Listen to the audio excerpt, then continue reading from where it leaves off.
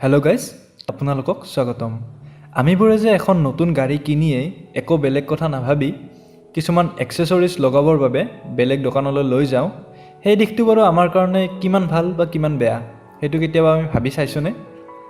আজি মই বেলেগ মডিফিকেশ্যনৰ কথা ক'বলৈ ইয়াত যোৱা নাই, জাষ্ট মই বুল বাৰ আৰু এয়াৰ বেগৰ বিষয়ে কিছু কথা ক'ম, যোনখিনি আপোনালোকৰ বাবে খুবেই জৰুৰী, মানে তথ্যখিনি জনাটো।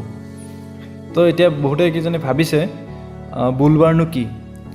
বুলবাৰ হ'ল এবিধ আপোনালোকে ফটোত দেখাৰ দৰে কিছুমান বাৰ লগোৱা থাকে গাড়ীবিলাকত, মানে সন্মুখভাগত কিছুমান ল'ৰ দণ্ড থাকে, যোনবিলাক সৰু সুৰা খুন্দা বা গাড়ীত স্ক্ৰেচ বহাৰ পৰা আপোনাৰ গাড়ীখন ৰক্ষা কৰে।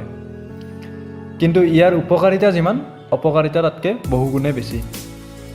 আজিকালি গাড়ীবিলাক ইমান ছেফটি ষ্টেণ্ডাৰ্ড মেইনটেইন কৰে যে আপুনি তাত এক্সট্ৰাকৈ এক্সেছৰিজ লগোৱাৰ কোনো প্ৰয়োজন নাথাকে। তথাপিও কিছুমান লুকছ ভাল দেখাৰ বাবে বহুতে গাড়ীখন মডিফাই কৰিব বিচাৰে।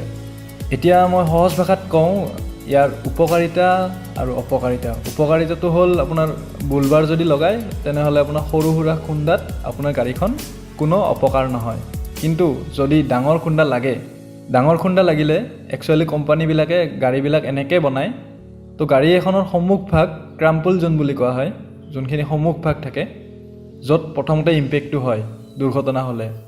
যদি মই সহজ অৰ্থত ক'বলৈ যাওঁ, যি দুৰ্ঘটনাৰ সময়ত নিজে নিজে ভাঙি আপোনাৰ দুৰ্ঘটনাৰ যোনটো প্ৰবলতা থাকে বা ইম্পেক্ট থাকে সেইটো বহু পৰিমাণে হ্ৰাস কৰি দিয়ে।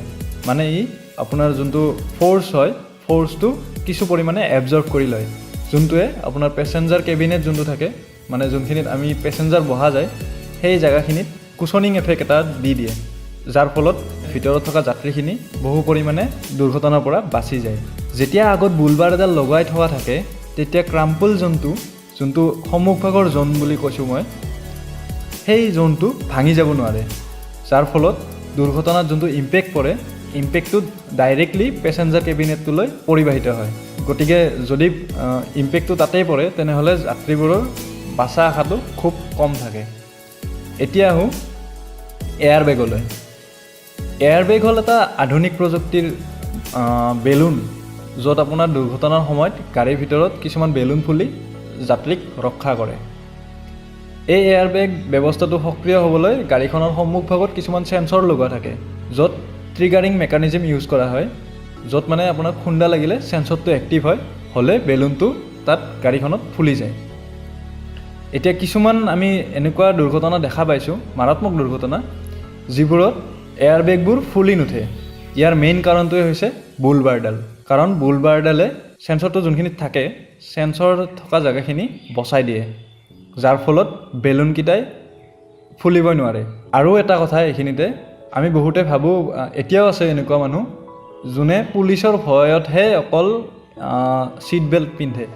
ইয়াত আৰু এটা কথা আছে, যদি আপুনি ছিট বেল্ট পিন্ধে তেতিয়াহে এয়াৰ বেগটো ফুলি উঠে, মই যিমান দূৰ ষ্টাডি কৰি গম পাইছোঁ।